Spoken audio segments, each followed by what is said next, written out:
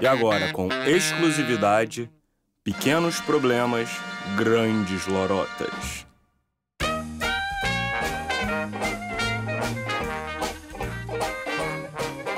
Eu tô até tentando estudar pra redação, sabe? Eu tô tentando mesmo, sério. Mas é que eu tô, assim, ocupadaço, sabe? Nem tá dando. Saco merda. E o Enem, mané?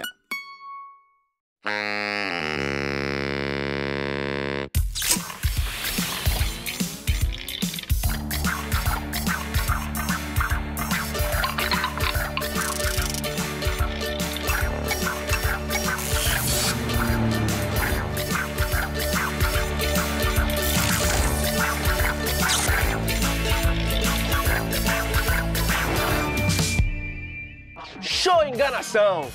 Tá na hora de ficar craque e arrebentar no Enem. Claro, tem aquela hora de relaxar, se divertir, mas nada de se distrair com bobagem, beleza? E aí, bora treinar a dissertação?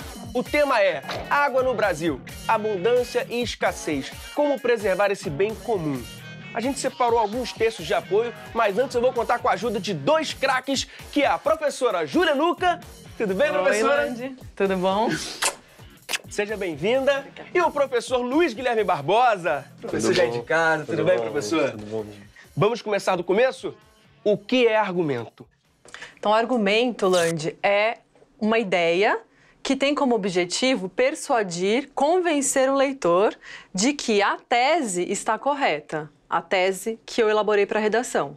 Entendi. Tem alguma tese que faz com que os argumentos da redação do Enem sejam diferentes dos argumentos de qualquer outra redação? Na verdade, o que mais vai diferenciar os argumentos da redação do Enem dos argumentos de qualquer outra redação são as condições de produção, ou seja, a situação que você está ali na prova. Você não tem ali na hora da prova como recorrer à internet para buscar algum argumento ou abrir um livro para buscar algum argumento. Então, você tem que primeiro se ater aos argumentos que constam nos textos de apoio da proposta de redação e, o que é muito importante, trazer os argumentos que são do seu conhecimento de mundo, os saberes escolares e também os saberes para além da escola que você foi aprendendo ao longo da sua formação e que vão compor os argumentos da sua redação. E vale relembrar que também o candidato não tem que sair escrevendo a sua opinião na folha de redação. Pois é, tem que planejar. Isso é fundamental. Você, antes de tudo, precisa ter clareza de qual é a sua tese, para daí selecionar alguns argumentos para defender essa sua tese. Exatamente. Então, opinião, cada um tem a sua. Então, eu posso falar que eu prefiro uma coisa à outra, ou que eu acho que determinada coisa é bonita. Essa é a minha opinião e ninguém pode refutar essa opinião. Agora, argumento não. Argumento é algo que alguém pode vir a refutar. Então não existe argumento irrefutável? Pois é. Se um argumento é irrefutável, é sinal que ele é uma verdade. A princípio, ou seja, não existe argumento irrefutável, porque o argumento é justamente uma ideia que você defende a partir de um determinado ponto de vista. Então, se é um ponto de vista que é seu, outra pessoa pode ter um ponto de vista diferente. Mesmo que você baseie o seu argumento num saber científico, ainda assim esse argumento pode ser refutável. Afinal de contas, a ciência é a maneira mais segura de conseguir um conhecimento, porque você associa razão com experiência. Mas a ciência também está o tempo todo transformando os próprios saberes. Cada nova descoberta científica muda o saber científico. Então, basear um argumento na ciência é importante porque torna o seu argumento forte, mas, ao mesmo tempo, não torna irrefutável. Isso. Os melhores argumentos são aqueles mais difíceis de serem refutados. São os que mais vão conseguir convencer o leitor de que a minha tese é a tese correta. Então, por exemplo, eu posso basear os meus argumentos numa pesquisa que eu li, né, com dados, com números, porcentagens. E aí, dificilmente alguém vai conseguir refutar esse meu argumento. Ou seja, provar para mim que esse argumento está equivocado. Mas pode ser, mesmo assim, eu me baseando em pesquisas científicas, que alguém traga um dado mais atual do que o meu, uma pesquisa mais completa, ou uma pesquisa que aborde vários aspectos daquele assunto e aí consiga refutar o meu argumento, certo? Entendi. Ou seja, mostrar que o meu argumento não está correto, ou está incompleto. Por isso que a fonte dos saberes que você utiliza na sua redação são importantes, ou seja, de onde você está tirando essas informações. Na prova do Enem, você tem os textos de referência. Ali você tem uma série de argumentos baseados em porcentagens, em gráficos, em saberes científicos, aos quais você pode recorrer. E os saberes escolares são outros, que foram coisas que você aprendeu na escola, né? Então, não adianta também inventar uma pesquisa, ou seja, propor que saiu no jornal tal, que tantos por cento, isso não adianta, porque o seu argumento vai ficar inseguro, inconsistente. O corretor vai saber, na hora de avaliar a sua redação, o que constava no texto de apoio e o que não consta. Agora, o argumento está ligado à tese, tá certo? Sem dúvida. Os argumentos, eles vêm para o texto justamente para confirmar a tese que você está defendendo. A tese é como se fosse o argumento principal do seu texto. E todos os outros argumentos servem para fundamentar e para defender o seu argumento principal, que é a tese. Então, no nosso tema hipotético, água no Brasil, abundância e escassez, como preservar esse bem comum, qual seria a tese, então? Então, para esse tema, a gente poderia, por exemplo, dizer que a responsabilidade pela preservação da água não é só dos indivíduos, dos cidadãos, mas também e principalmente do poder público e dos agentes econômicos, no caso, as indústrias, os produtores agrícolas, porque eles são os maiores consumidores de água no Brasil. É muito importante que a tese esteja relacionada ao tema da redação. O tema proposto aqui é a preservação da água. Então, você pode imaginar, por exemplo, que você poderia defender que a água é indispensável à vida humana. Mas isso não está ligado ao tema, está ligado ao assunto. O tema fala sobre água, mas o tema especificamente é como preservar a água. Então, a sua tese tem que se relacionar a essa questão da preservação. E aí você pode defender, por exemplo, como a Júlia sugeriu, que é responsabilidade do poder público preservar a água. Ou então você pode responder, por exemplo, que é necessário combater o desperdício de água para a preservação de água. De qualquer maneira, essa ideia tem que estar relacionada à questão da preservação da água, que é o tema que está sendo proposto. Só para relembrar, a tese é orientada pela leitura dos textos da coletânea, né? Exatamente. Então, o aluno, ele não pode ler somente a comanda da redação, que é onde tem o tema da redação. Ele precisa ler também os textos da coletânea, porque a partir desses textos e também a partir de todo o repertório sociocultural desse estudante, né, de todos os textos que ele já leu, todas as reportagens que ele já assistiu, os conteúdos escolares, ele vai trazer tudo isso e as informações dos textos da coletânea para elaborar a tese dele e também os argumentos. Então, agora a gente vai dar uma olhada nos textos de apoio e depois a gente fala um pouco sobre os tipos de argumentos que a gente pode usar. Pode ser, então? Vamos lá. A gente está fazendo uma revisão geral sobre argumento, que tem a ver com a tese. Professora, pode lembrar a gente qual foi a sua? Claro. A preservação da água não é responsabilidade apenas dos cidadãos, mas principalmente do poder público e dos agentes econômicos, como indústrias e produtores agrícolas, que são os maiores consumidores de água. Então vamos focar no exemplo da professora. Que argumento a gente pode pensar de cara? A gente pode elaborar um argumento baseado em causa e consequência, pensando na responsabilidade dos agentes econômicos, por exemplo. Então, a gente pode dizer que o consumo da água tende a aumentar na medida em que o consumo, por exemplo, de produtos de origem animal também aumentam, né? Então, por exemplo, os vegetarianos, um dos argumentos dos vegetarianos é que o consumo da água para a produção de carne é muito grande. Então, a gente pode ir por essa linha, dizer que o consumo da água tem relação, é uma consequência também do consumo de modo geral. O argumento é de causa e consequência, porque quanto mais o consumo de carne aumenta, mais o consumo de água aumenta, porque é necessário para produzir a carne. Ou seja, uma coisa está gerando a outra. Por isso, então, essa questão de um argumento de causa e consequência. Aí, para fundamentar esse argumento, você pode recorrer, por exemplo, a uma informação que está lá no texto de apoio, que diz que cada quilo de carne consome 17.100 litros de água para ser produzido. Ou seja, isso dá mais ou menos umas 7 piscinas olímpicas. Se você come 2 bifes, você precisou de uma piscina olímpica para poder produzir aqueles 2 bifes que você está consumindo. Então é coisa pra caramba. Assim, se você recorre ao texto de apoio com essas informações e ainda associa com o seu cotidiano, aí você tem pano para manga para fazer um parágrafo a partir desse argumento que a Júlia trouxe para a gente. Ou seja, para construir um argumento, o texto de apoio é estratégico. Isso, porque para construir esse argumento, por exemplo, a gente está usando tanto as informações da coletânea, quanto também o nosso repertório sociocultural, aquilo que a gente já leu anteriormente.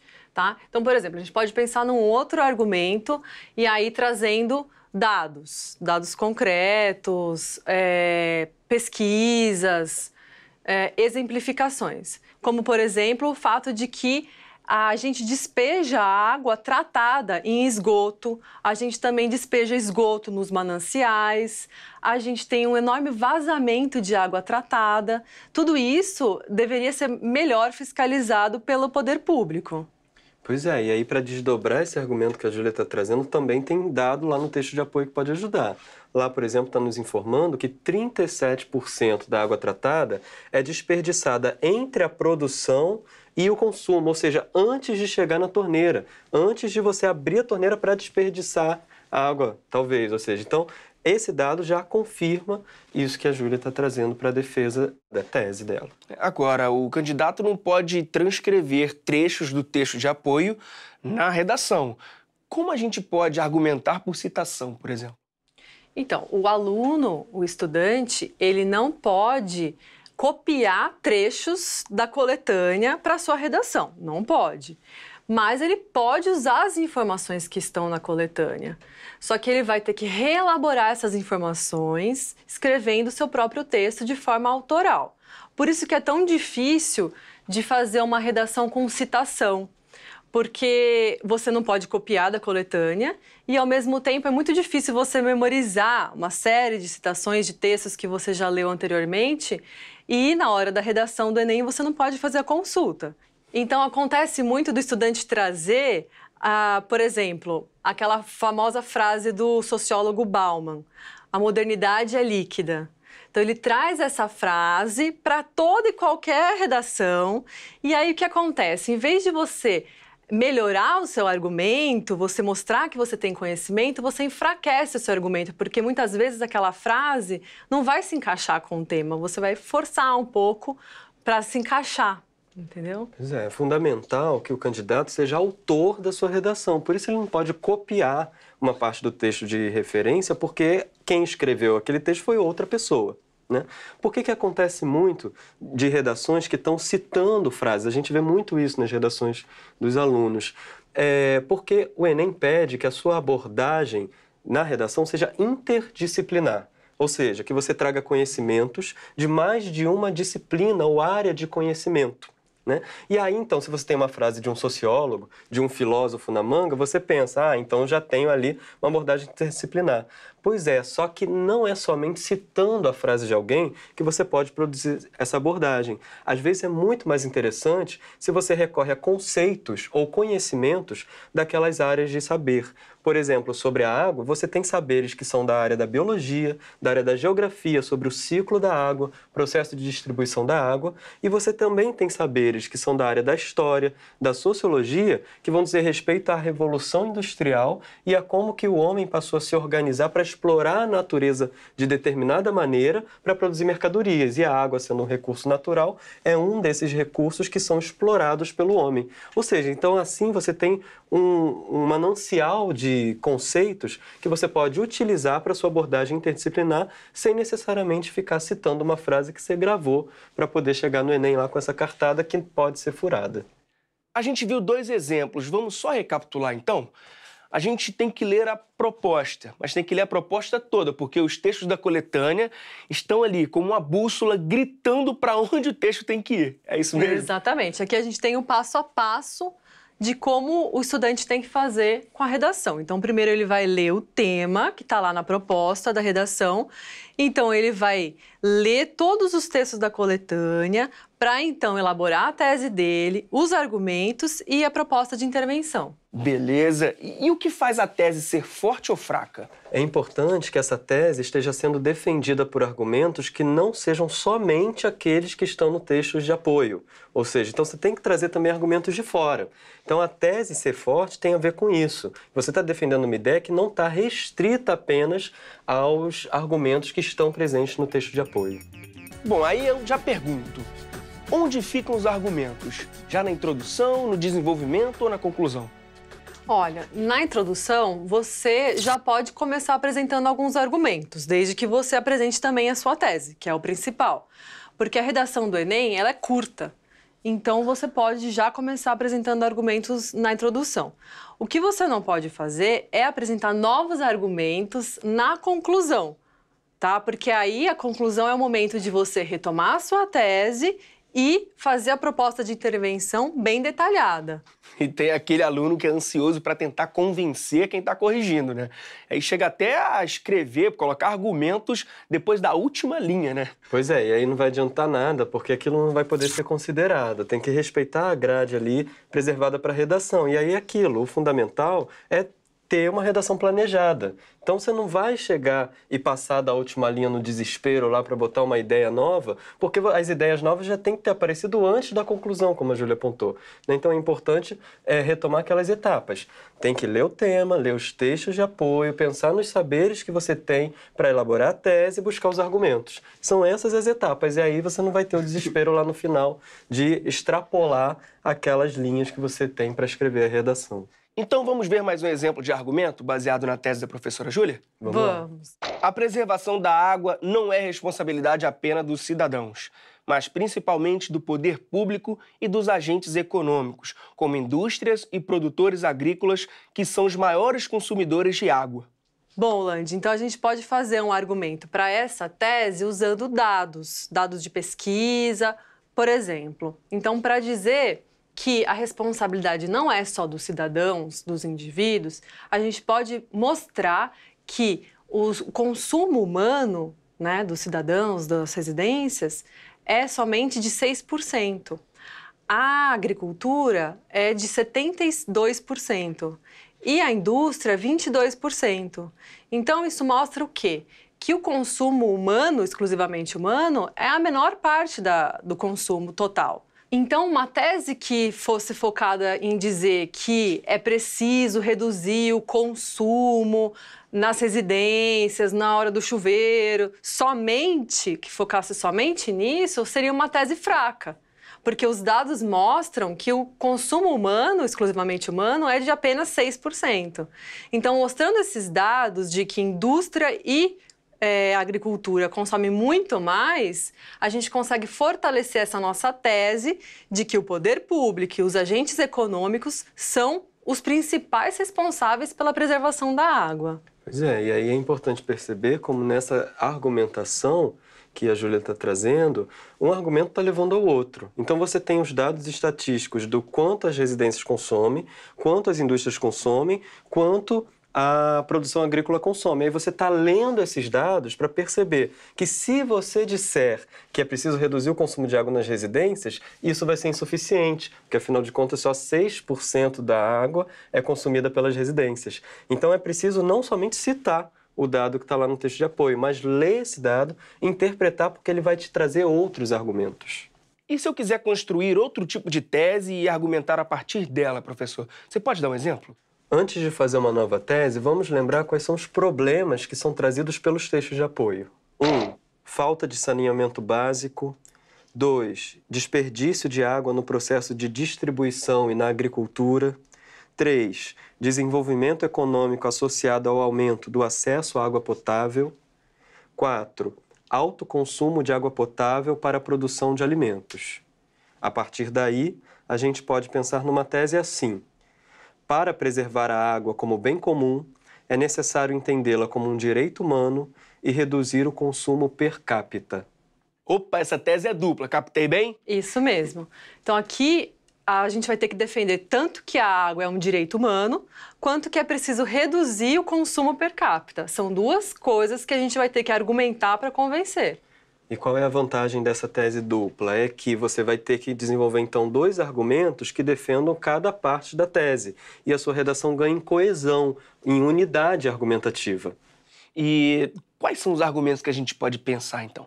Pois é, então primeiro você pode defender, por exemplo, que é necessário que o Estado garanta a distribuição de água tratada como um direito básico à vida. E aí você defende, então, a primeira parte da tese. E aí você também pode defender, como segundo argumento, que é preciso instituir políticas de combate ao desperdício, tanto nas residências, mas também, principalmente, no setor produtivo, agrícola e industrial, que é onde mais se desperdiça água. E aí você, então, com isso, defende a segunda parte da tese. E quando a gente tem uma tese dupla, a nossa proposta de intervenção tem que resolver as duas? Depende, eu posso fazer uma proposta de intervenção que consiga trazer uma solução para todos os problemas que eu apresentei durante a redação. Ou não, talvez eu tenha que apresentar algumas propostas ou uma proposta com várias ações. Isso vai depender um pouco dos argumentos que eu apresentei ao longo da redação, né? Os problemas que eu apresentei ao longo da redação. E nesse caso específico nosso, nós temos um argumento que diz respeito à universalização da distribuição de água e outro argumento que diz respeito à precaução, à prevenção do desperdício. Então, as suas propostas de intervenção precisam atuar sobre essas 2 áreas. Se você imaginar uma proposta que dê conta das 2, beleza, mas não tem problema colocar 2 propostas de intervenção. Pelo contrário, se você detalhar bem qual é o agente dessa proposta, como é que é o processo dessa proposta e qual o efeito dessa proposta, aí tá ótimo. Faz as 2 propostas de intervenção e dá conta desses 2 argumentos. E que tipo de argumentos são esses? Olha, o primeiro argumento está baseado no conhecimento de mundo, que é a respeito dos direitos humanos, e então também está baseado na autoridade dos tratados dos direitos humanos que prevêem que a água é um direito básico à vida. Já o segundo argumento está baseado nesse princípio que apareceu também lá na tese que a Júlia apresentou anteriormente, que é o princípio de que o Estado precisa ser responsável por garantir a água para todos. E aí, então, ele precisa também de promover políticas de prevenção ao desperdício. E argumento pelo senso comum? Não é muito recomendável nas redações do Enem. Mas por quê? Pois é, você precisa fazer uma redação com argumentos autorais, ou seja, argumentos que você procure produzir a partir de saberes que são confiáveis. O argumento por senso comum está justamente baseado nos saberes que circulam no imaginário da população e que são saberes, às vezes, baseados na ciência, às vezes não baseados na ciência e baseados em crenças. Às vezes baseados em crenças religiosas ou em valores culturais que são transmitidos, ou seja, eles têm fundamentos muito heterogêneos. Então, o ideal é que a gente não se baseie nos argumentos de senso comum e procure justamente argumentos científicos ou baseados em pesquisas que possam fundamentar as nossas ideias que estão ali na redação.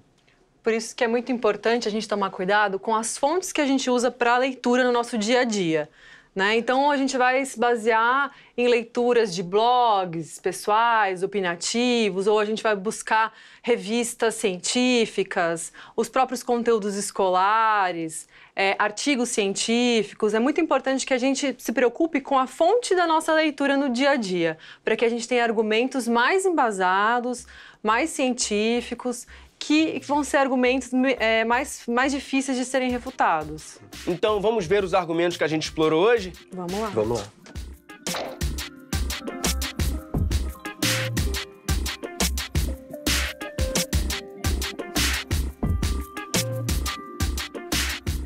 Professora, muito obrigado. Obrigada. De verdade. Professor, mais uma vez, muito obrigado, viu?